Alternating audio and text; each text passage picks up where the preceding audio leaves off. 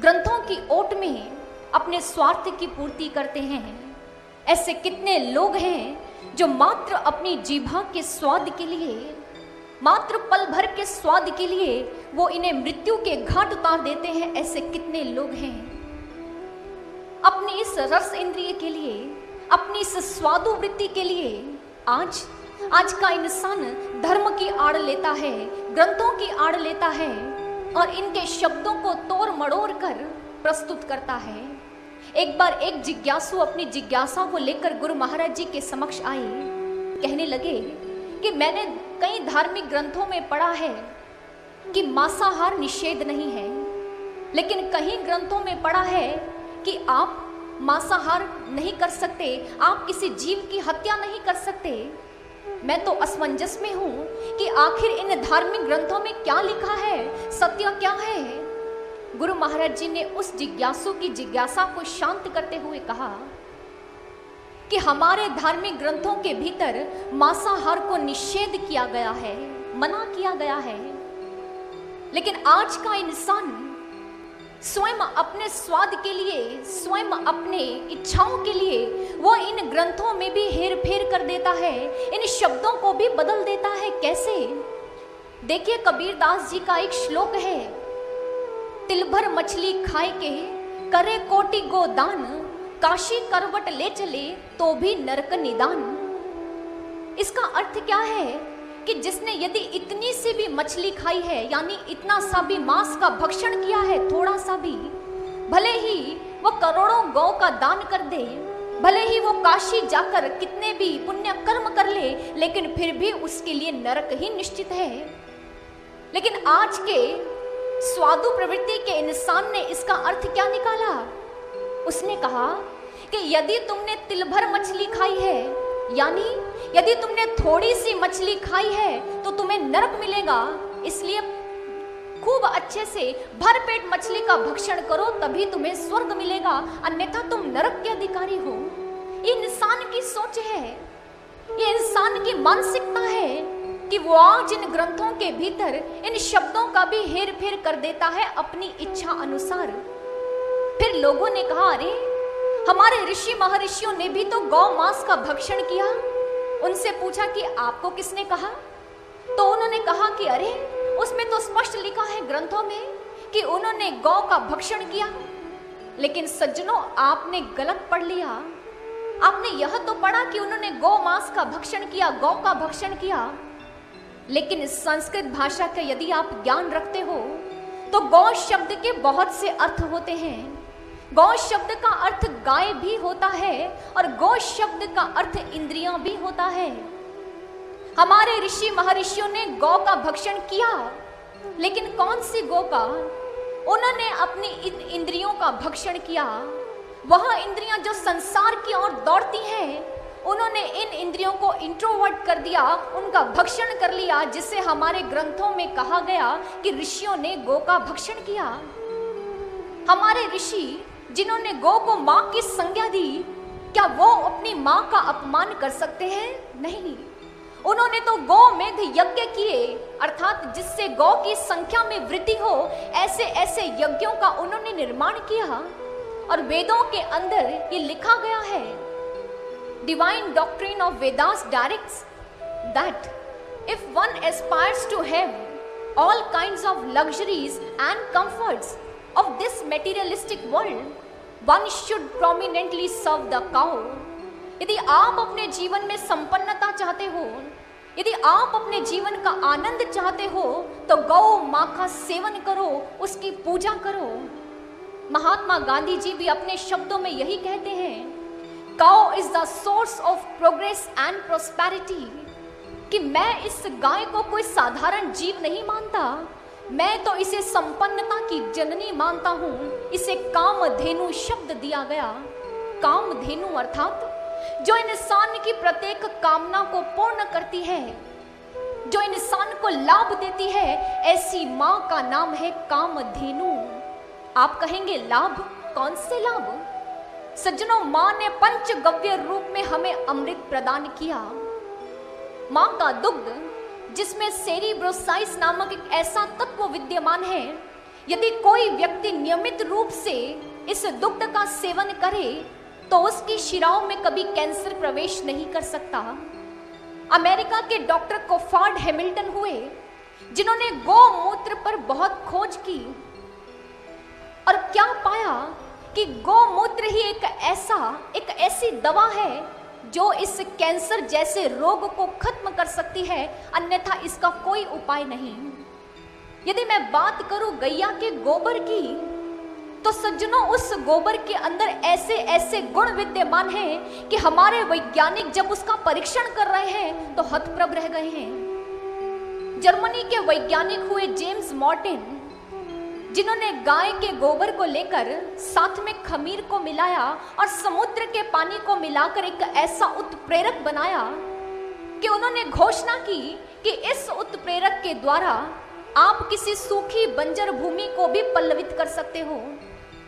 कोई तेल का कुआं सूख गया है, वहां इसका उपयोग करो, फिर से तेल की धाराएं बहने लगेंगी। ऐसा है गाय का गोबर। वो माँ अपने पंचगव्य रूप में हमें अमृत प्रदान कर रही है, लेकिन विडंबना है, कदर्थना का विषय है कि आज का भारतवासी अपनी माँ के प्रति अपने कर्तव्य को भूल गया है।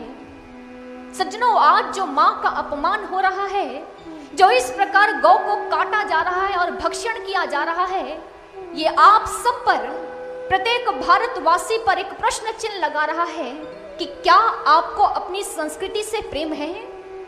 यदि आप भारतवासी हैं, आपको अपनी संस्कृति से प्रेम है, तो आपको यह भी पता होना चाहिए कि इस गौ को हमारी संस्कृति में माँ कहा जाता है और माँ के प्रति एक पुत्र का क्या कर्तव्य होता है, इसका भान भी आपको अवश्य होना चाहिए।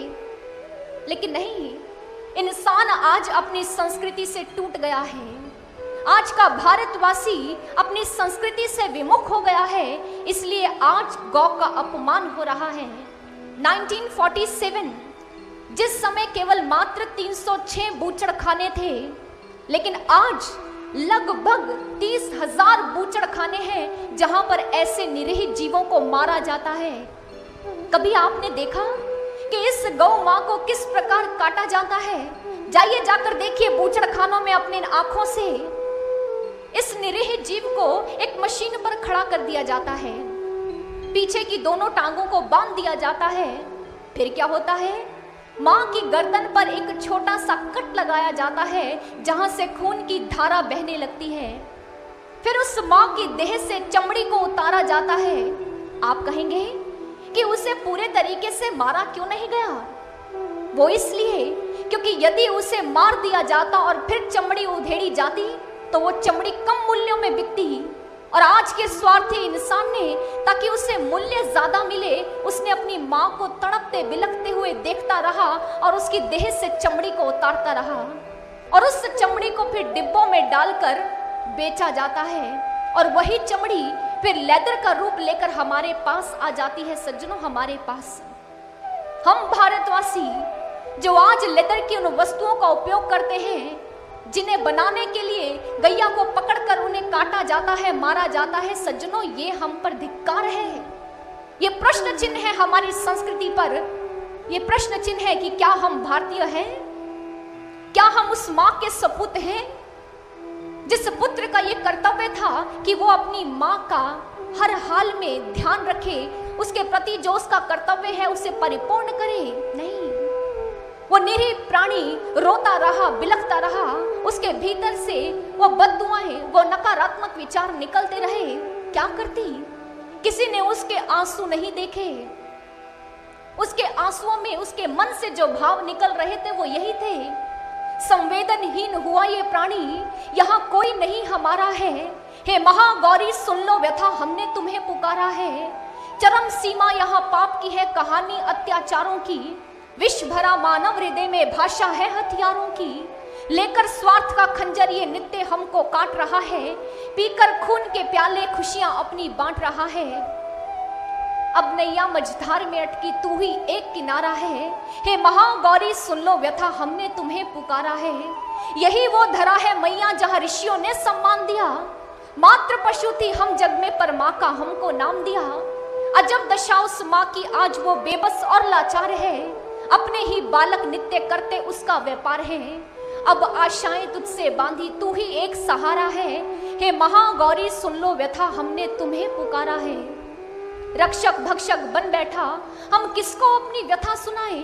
पतन में गिरते मानव को हम कैसे संस्कृति याद दिलाएं। तुम हो दया दायिनी माता, गौरी बनकर आ जाओ।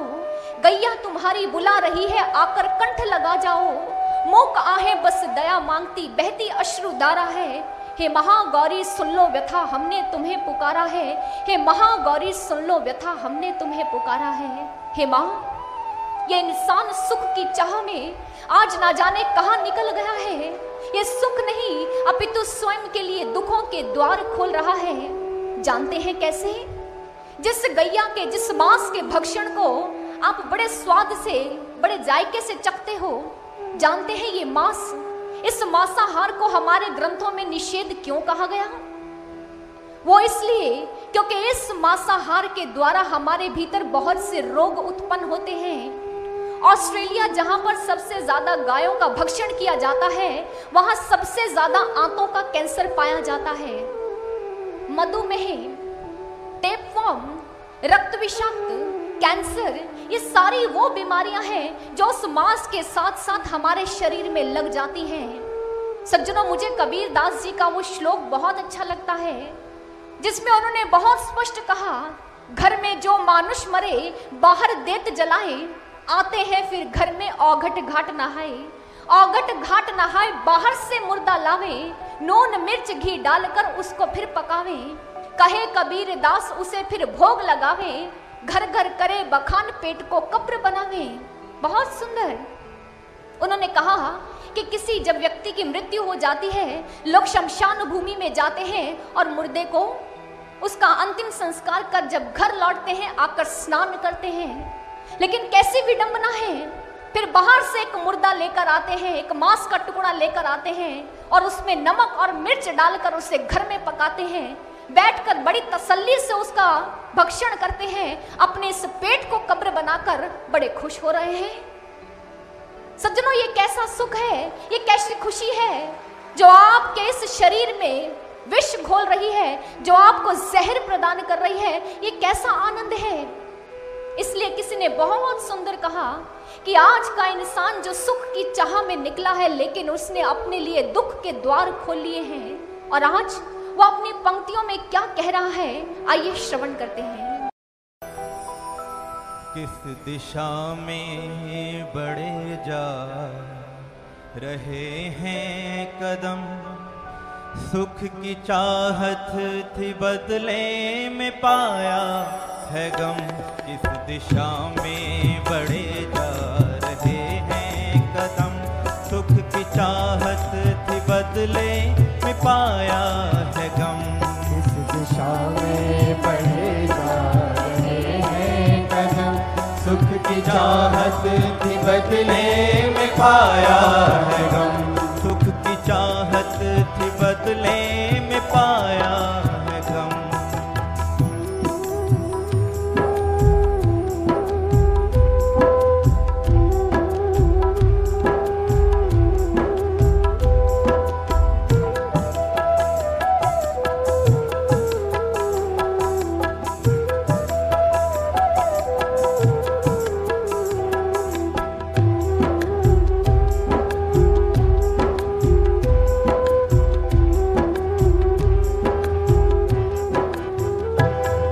ईर्ष्या को तूने बखूबी जिया, अपने हाथों ही अपना पतन है किया।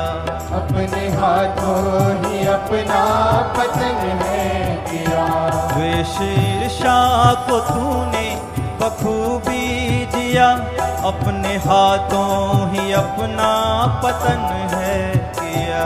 अपने हाथों ही अपना पतन है किया। खुद पे अब तो तू कर ले थोड़ा रहम, खुद पे अब तो तू कर ले थोड़ा रहम। सुख की चाहत थी बदले में पाया है गम। किस दिशा में बढ़े जा रहे हैं कदम, सुख की चाहत थी बदले में पाया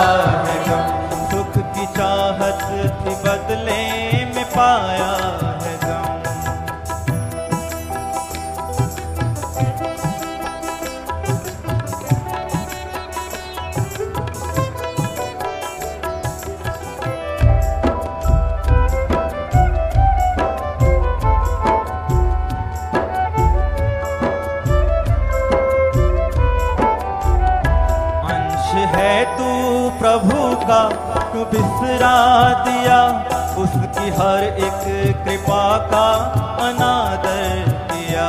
उसकी हर एक कृपा का अनादर किया।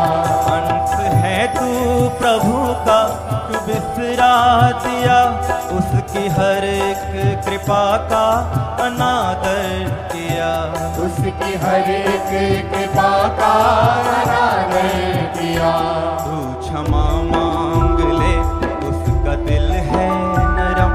तू क्षमा मांग ले, उसका दिल है नरम। इस दिशा में बढ़े जा रहे हैं कदम, सुख की चाहत थी बदले में पाया है गम। इस दिशा में बढ़े जा रहे हैं कदम, सुख की चाहत थी बदले में पाया है गम। यूं भटक कर कहीं भी न पहुँचेंगे हम, यूं भटक कर कहीं भी न पहुँचेंगे हम। सुख की चाहत थी बदले में पाया है गम। इस दिशा में बढ़े जा रहे हैं कदम, सुख की चाहत थी बदले में पाया है गम।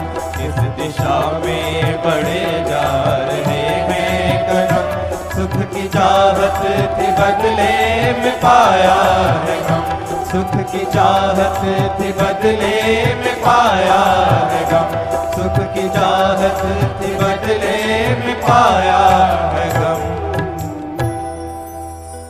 सुख की चाह में आज का इंसान केवल गम ही पा रहा है। अपने भविष्य के बारे में सोचिए। जो माँ आप पर कृपा कर रही है, जिस गौ माँ के हमारे जीवन में इतने लाभ हैं, सज्जनों, उस माँ के प्रति आपका जो कर्तव्य है, उस दिशा की ओर बढ़िए। क्योंकि यह किसी जाति या किसी धर्म का नहीं, यह हर घर का है। गौ हत्या का प्रश्न समूची मानवता भर का है। गौ हत्या करने वाला सभ्यता उचाट रहा है। गाय को काटने वाला अपनी माँ को काट रहा है।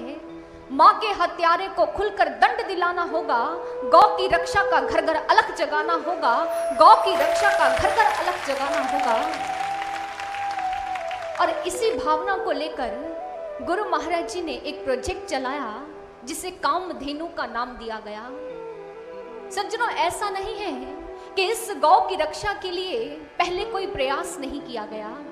बहुत प्रयास किए गए जब से हमारा देश स्वतंत्र हुआ है, उससे पूर्व भी और आज तक भी। कभी लोकमान्य तिलक जी ने कह दिया कि स्वतंत्रता मिलते ही कलम की नोक से सबसे पहले भारत में गौ हत्या बंद की जाएगी। स्वराज्य मिले कितना समय व्यतीत हो गया, लेकिन आज भी वो हो रहा है। कभी कितने 10 लाख गौ भक्तों ने सर्वदलीय प्रदर्शन किया संसद के बाहर, उन्हें बलिदान देना पड़ा, लेकिन मां का बलिदान बंद नहीं हुआ। ना जाने कैसे कैसे संघ की स्थापना की गई, ना जाने कैसे कैसे प्रस्ताव पारित किए गए, लेकिन कुछ नहीं हुआ। क्योंकि जहां बात आती है इंसान की मानसिकता की, तो सज्जनों, वहां पर बाहर से ये कागज के ढेर कुछ नहीं कर पाएंगे। ये कागज के ढेर मात्र राख बनकर रह जाएंगे। यदि आप इस समस्या को खत्म करना चाहते हो तो यहां से खत्म करो, इंसान की मानसिकता से खत्म करो। उसके भीतर वो सांस्कृतिक गुण पैदा कर दो, उसके भीतर ये भावनाएं पैदा कर दो कि सामने जो निरीह जीव खड़ा है, इसके प्रति कैसा सम्मान होना चाहिए, तो ये खुद ब खुद खत्म हो जाएगा। और इसी भावना को लेकर गुरु महाराज जी ने कामधेनु प्रकल्प चलाया, जिसके अंतर्गत हम ये जान पाए कि गौ माँ का हमारे जीवन में क्या लाभ है, क्यों उसे संपन्नता की जननी कहा गया। यदि हम आज उसकी देखभाल करें, यदि आज हम गौ रक्षा के संरक्षण में, संवर्धन में खड़े उठें, तो इसका क्या क्या लाभ हम भारतवासियों को मिल सकता है। सज्जनों, फिर वो दिन दूर नहीं जब फिर से भारत जगत गुरु की उपाधि पर प्रतिष्ठित होगा। क्योंकि यही एक कारण है, यदि हमारी संस्कृति लौट आई तो भारत फिर से उसी ऊंचाइयों को छुएगा। सब आपके हाथ में है, क्योंकि भारत कोई निर्जीव पृथ्वी का टुकड़ा नहीं है। आप लोगों से मिलकर बना है भारत। इस भारत की इकाई है आप। यदि आप इस भारत को उन्नति की ओर देखना चाहते हैं, उत्थान के मार्ग पर ले जाना चाहते हैं, तो चलिए हमारे साथ और ये संकल्प लीजिए कि आज के ये बाद ये हाथ कभी किसी पशु का वध करने के लिए नहीं उठेंगे। कभी भी ये जिह्वा अपने इस स्वाद के लिए किसी की मृत्यु की कामना नहीं करेगी। और जो भी लोग इस घृणित कार्य को करेंगे, हम उसे जाकर रोकेंगे, उसे समझाएंगे, उसे उसकी संस्कृति का याद दिलाएंगे, उसे स्मरण कराएंगे कि भारतीय संस्कृति की जड़ क्या है, अध्यात्म है। अध्यात्म से जुड़कर ही इंसान के भीतर जो ये मानसिकता है, ये शुद्ध हो सकती है, अन्यथा नहीं।